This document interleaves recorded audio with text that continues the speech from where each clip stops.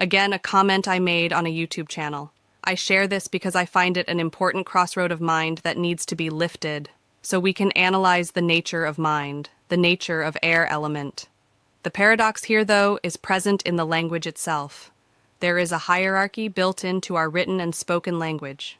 But as I've said previously, the whole conceptual dimension is a hoax. The written language consists of bullshit and lies. Only the living word has any value in the present.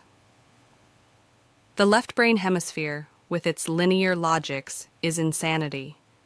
The left brain hemisphere, with its dichotomy nature, is meant to function in emergency situations, where a this or that is forced for a decision, a choice to be made.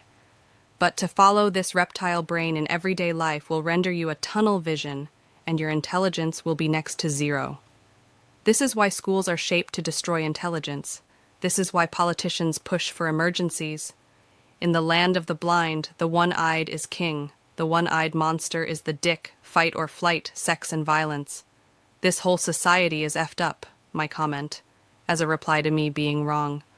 I'm speaking from the perspective of astrology, which is about interpretations with the help of archetypes, and these archetype symbols are a core part of the Bible. To speak about right or wrong in a general sense, without taking into consideration the perspective being used, is plain stupidity.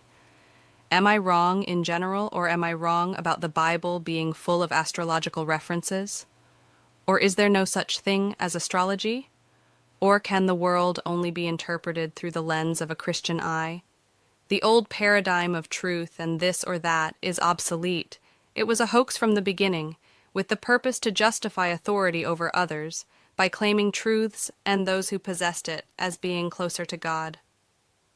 Everything we hear is an opinion, not a fact. Everything we see is a perspective, not the truth. Marcus Aurelius. The world can only be interpreted, and to speak about right or wrong conclusions is only adequate within a specific context.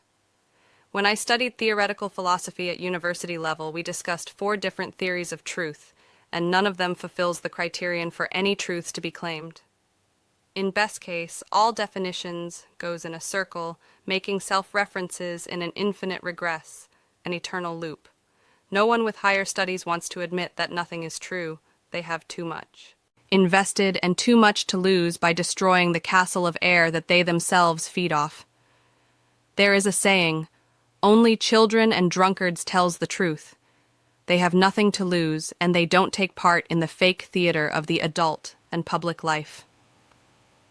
The emperor is naked. The public life is a theater where everyone lies to climb on each other for their own benefits.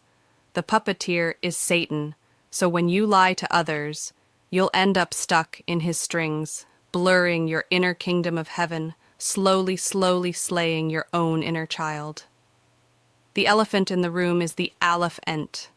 Aleph is the bull, the room is Beyt, bait.